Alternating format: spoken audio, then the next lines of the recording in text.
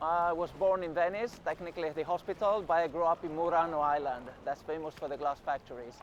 I had an amazing good time when I was a child, growing up in a small island, you know, and with a lot of friends. Then I came to Venice for the university and for the high school.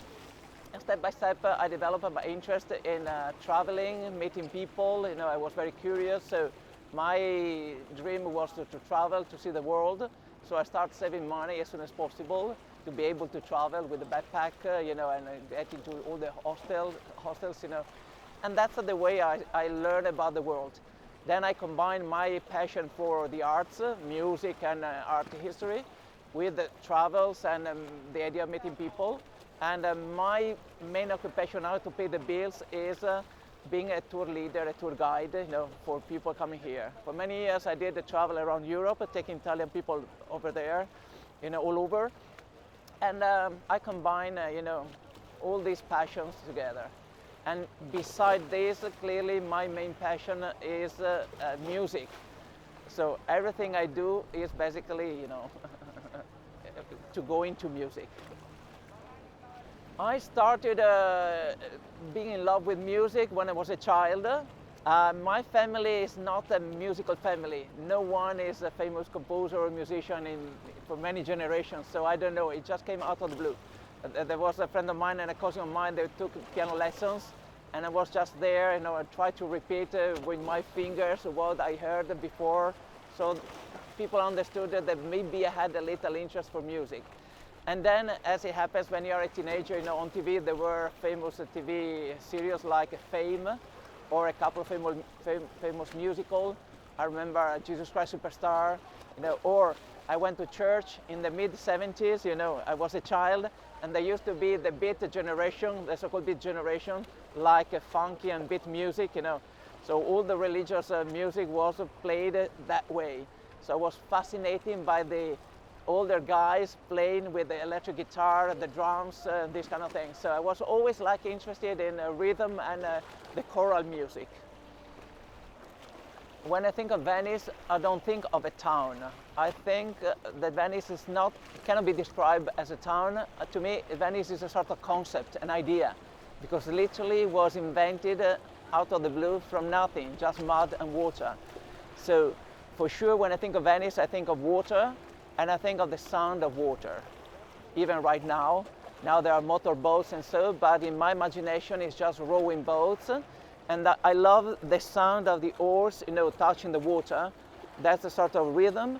There's also a little little sound, a little noise made by the wood touching the supporting structure, combined with the movement of the water.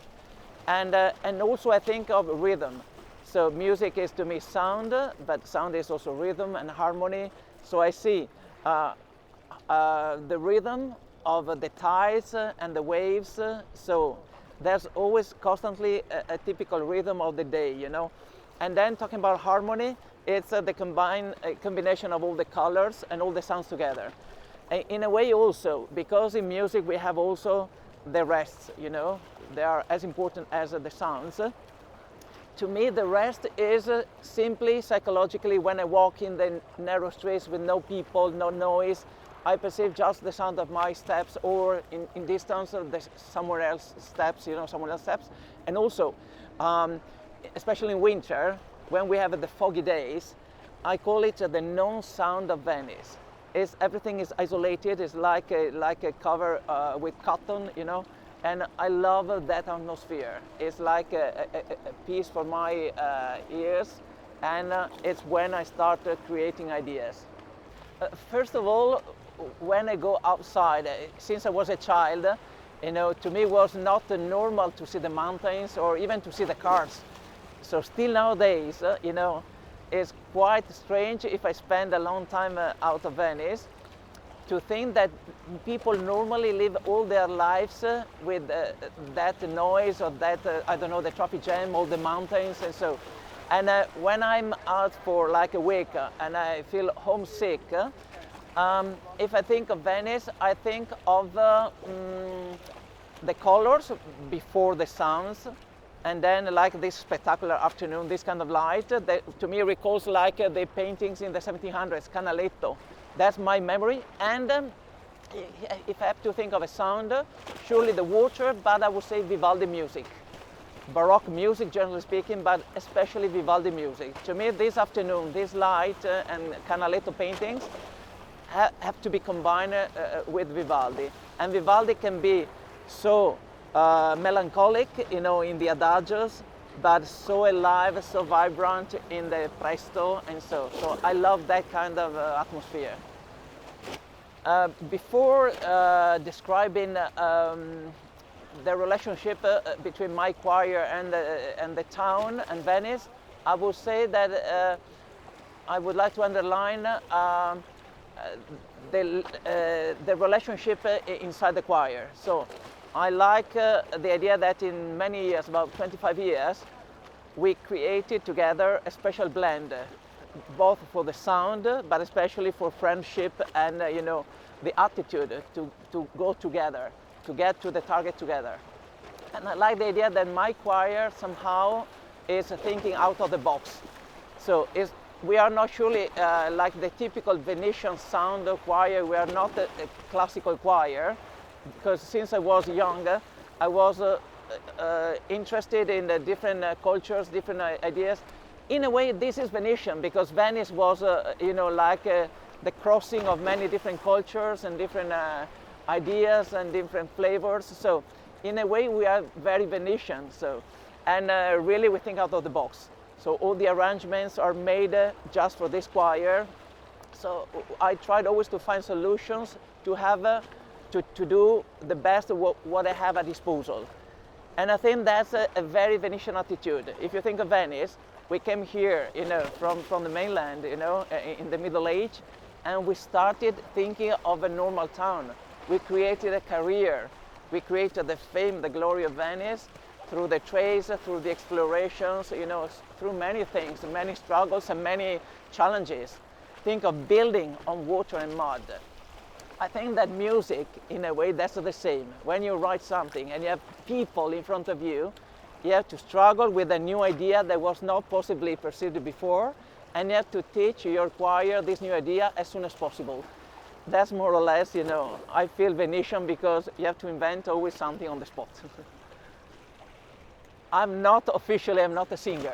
I'm not a singer because, I mean, when I do workshops, you know, when people ask me suggestions, I'm very honest. I love and I have so much respect for music that I could not make any trick, so I'm not selling nothing, you know. So I have a very good ear. I can tell you, you know, with 30 people, I can tell you the only one who made a single mistake. That's my, it can be considered a talent. I'm not a singer. I have to sing because I have to teach the singers, you know, all the songs.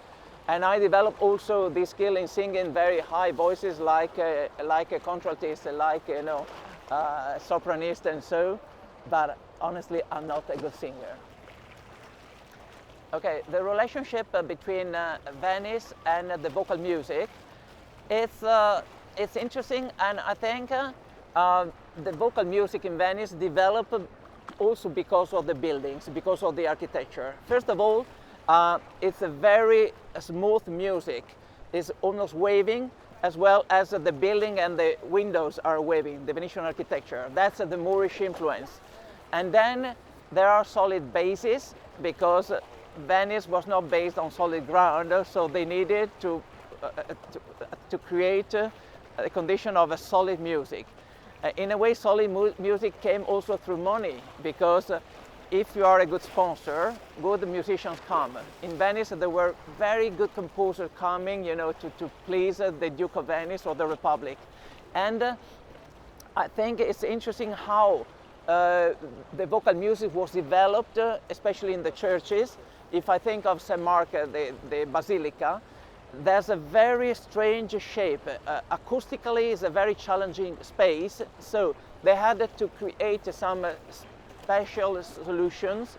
For instance, by putting the two choirs, and not just one. They split the choir in two parts to have what we call nowadays the Dolby surround system, you know, like the stereophonic effect.